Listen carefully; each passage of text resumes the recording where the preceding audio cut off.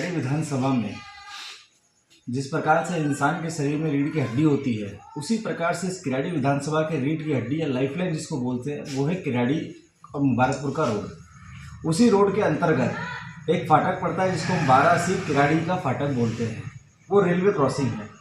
आदरणीय प्रधानमंत्री जी ने 2019 की सरकार में उसका बजट पास किया, रेलवे सरकार ने उसका बजट पास किया, लेकिन दिल्ली सरकार ने उसकी एनओसी ना देकर उस काम को रुकवा दिया, जिस कारण से उसका उद्घाटन नहीं हो पाया और वो आरओबी आज तक नहीं बन पाया, जिस पे आरओबी बनने के कारण हमारे किराड़ी विधानसभा में रहने वाले लाखों लोगों को आज जाम की समस्या का सामना करना पड़ता है। आज अस्पताल जाने के लिए हमारी वो लाइफ लाइन है, घंटों लंबा जाम लगता है, एम्बुलेंस समय से अस्पतालों में नहीं पहुंच पाती है। जॉब्स करने वाले जो मेरे भाई मेरी बहनें युवा साथी नौकरियों पे जाते हैं, वो लोग समय से ऑफिस अपने नहीं पहुंच पाते। स्कूल जाने वाले बच्चे उन सेंटर्स पे नहीं पहुंच पाते हैं। हमारे यहाँ पर ऑनलाइन भी सेंटर्स बहुत पड़ते हैं। बाहर से आने वाले छात्र छात्राएं जो नौकरियों के फार्म भरने के लिए किराड़ी विधानसभा में एग्जाम देने आते हैं, वो भी अपने सेंटर पे इस फाटक के कारण समय से नहीं पहुंच पाते। तो दिल्ली सरकार की लापरवाही के कारण जिस काम को समय से हो जाना चाहिए था वो नहीं हो पाया, उसके विरोध में मैं भूख हड़ताल पर बैठ रहा हूँ। और मैं दिल्ली सरकार को ये चेतावनी देना चाहता हूँ कि अगर 2 दिन की भूख हड़ताल में आपने ये काम नहीं किया तो हम इसके खिलाफ दोबारा एक आंदोलन करेंगे और इस बार उग्र आंदोलन हम लोग करने वाले हैं।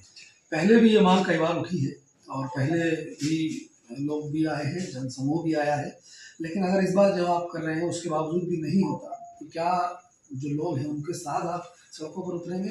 बिल्कुल, मैं इस बार आपको यही बताते हुए कहना चाह रहा हूँ कि अगर ये इस बार 2 दिन की भूख हड़ताल के बाद हम लोग ज्ञापन दे के आएंगे मुख्यमंत्री कार्यालय पर, अगर उसके बाद भी एनओसी नहीं मिलती है तो हम इसके खिलाफ सड़कों पर उतरेंगे और एक बड़ा आंदोलन करेंगे, धरना प्रदर्शन करेंगे और अपनी मांग को लेकर मानेंगे। भीम सिंह जी, विधानसभा चुनाव सामने है, किराड़ी की अन्य भी बहुत सारी समस्याएं हैं, उसके बारे में क्या कहना चाहिए? मैं कहना चाहता हूँ कि किराड़ी मुझे लगता है समस्याओं का गढ़ बन चुका है। जो जिस प्रकार से इंसान को जीवन जीने के लिए मूलभूत सुविधाएं चाहिए, आज किराड़ी में कोई भी मूलभूत सुविधा नहीं है। हमारे यहाँ एजुकेशन का स्तर क्या है वो किसी से छुपा नहीं है। अस्पतालों का जो स्तर है वो बिल्कुल ना के बराबर। अस्पताल एक भी किराड़ी विधानसभा का अपना सरकारी अस्पताल नहीं है। किराड़ी विधानसभा से कोई भी बस, जो बस मुबारकपुर से नांगलोई अगरनगर होते हुए जाती थी, आज वो बसें बंद हो चुकी हैं। किराड़ी विधानसभा में जो मोहल्ला क्लिनिक आम आदमी पार्टी ने बनाए, आज उसमें शराब पीने वाले लोगों का अड्डा बन चुका है, पशुओं के लिए वहाँ बैठने का ठिया बन चुका है। उसमें कोई डॉक्टर्स नहीं आते, अगर दवाइयाँ हैं तो नकली दवाइयाँ हैं।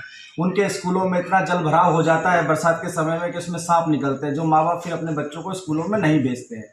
सड़कों की हालत, आप खुद बाहर से आए, आप सब लोग पत्रबंधु, आपने देखा होगा कि इतनी दुर्दशा तो यूपी बिहार की सड़कों की नहीं है जितनी दुर्दशा किराड़ी विधानसभा में सड़कों की हो चुकी है। सड़कों पर इस तरीके से रेत उड़ रहा है क्योंकि मुझे लगता है कि शायद सीमेंट ना मिलाकर सिर्फ आज उन्होंने रेता बिछा दी और वही सड़क बना दी है। अच्छा भीम सिंह जी, ये भी सुनने में आया है कि कई मौतें हो चुकी हैं जल भराव के कारण, तो क्या पानी की निकासी नहीं है इस क्षेत्र में? किराड़ी विधानसभा में 138 से ज़्यादा बच्चों की जल भराव में डूबकर मौत हो चुकी है।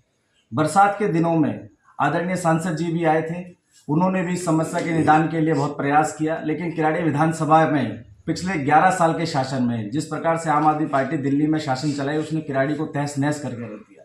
जल भराव की समस्या निरंतर बढ़ती जा रही है, छोटे छोटे बच्चे डूब के मर जाते हैं। जो किराड़ी विधानसभा के विधायक हैं वो लिख देते हैं कि बच्चे पानी में तैरने गए और डूब के मर गए। अरे गंदे पानी में कौन तैर के डूब के मरना चाहता है?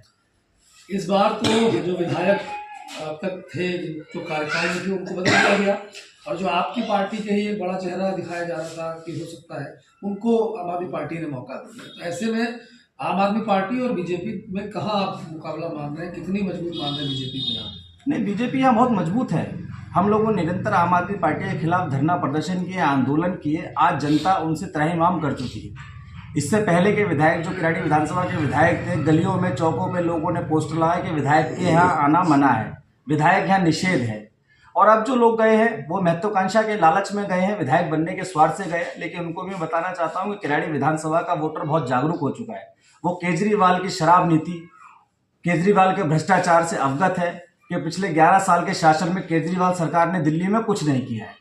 और वो अच्छी तरीके से जानता है कि ये सिर्फ चुनावी हथकंडा है, चुनाव के बाद ऐसा कुछ नहीं होने वाला है। इसलिए भारतीय जनता पार्टी की दिल्ली में सरकार बनने जा रही है, पूर्ण बहुमत की सरकार बनेगी और किराड़ी में भी भारतीय जनता पार्टी का विधायक बनने वाला है। अच्छा, एक चर्चा भी चल रही है कि बाहरी आदमी को यहाँ के लोग जो है वोट नहीं देंगे, कुछ ऐसा भी चल रहा है क्या भाजपा के अंदर?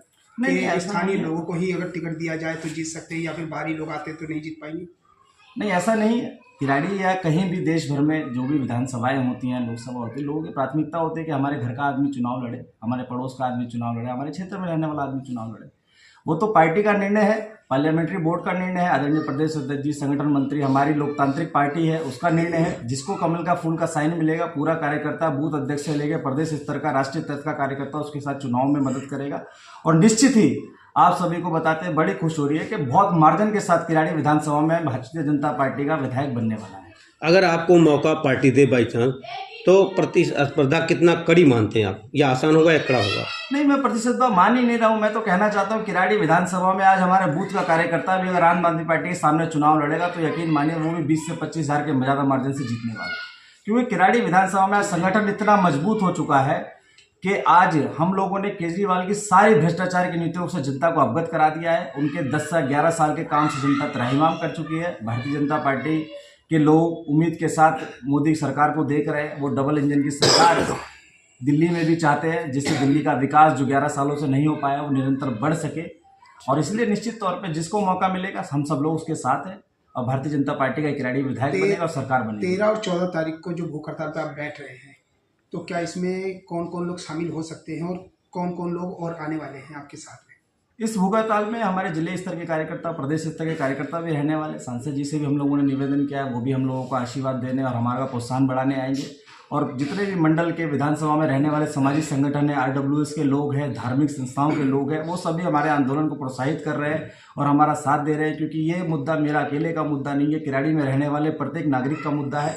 ये हर व्यक्ति से जुड़ा हुआ विषय है। इसलिए हमें जनता का बहुत अपार और समर्थन मिल रहा है और निश्चित तौर पे आप यकीन मानिए उस दिन बहुत बड़ा जनसैलाब आपको किराड़ी फाटक पर देखने को मिलेगा। ठीक, क्या लगता है आपको और प्रदेशों की तरह इस बारी भाजपा दिल्ली में सरकार बनाएगी? निश्चित तौर पर जिस प्रकार से हरियाणा में भारतीय जनता पार्टी की सरकार बनी, महाराष्ट्र में भारतीय जनता पार्टी की सरकार बनी, अब वो विजयगा दिल्ली में आकर इसको आगे हम लोग और गति प्रदान करेंगे और दिल्ली में भारतीय जनता पार्टी की पूर्ण बहुमत की सरकार बनने वाली है। हेम सिंह जी, जो ये फाटक पे आप प्रदर्शन करने जा रहे हैं पुल के लिए, तो क्या जो विधायक थे ऋतुराज झा, उन्होंने से कुछ इसके लिए काम किया कि नहीं?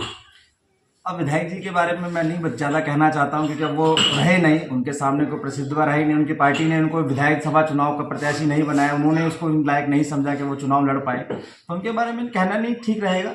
लेकिन आम आदमी पार्टी की नीयत ही नहीं रही कभी विकास करने की, और अगर उनकी नीयत रहती विकास करने की तो ये बड़ा विषय नहीं था। जब केंद्र सरकार सारी योजनाओं को दिल्ली में लागू करना चाहती है, आप देखते होंगे आयुष्मान भारत योजना भी दिल्ली में नहीं लागू हो पा रही है, दिल्ली में पेंशन की स्थिति क्या है, दिल्ली में राशन कार्ड की स्थिति क्या है, तो निरंतर ये सारी चीज़ें बढ़ती जा रही हैं और दिल्ली में विकास बिल्कुल ठप हो चुका है। ठीक है, ठीक, ओके, थैंक यू। जय हिंद, जय भारत।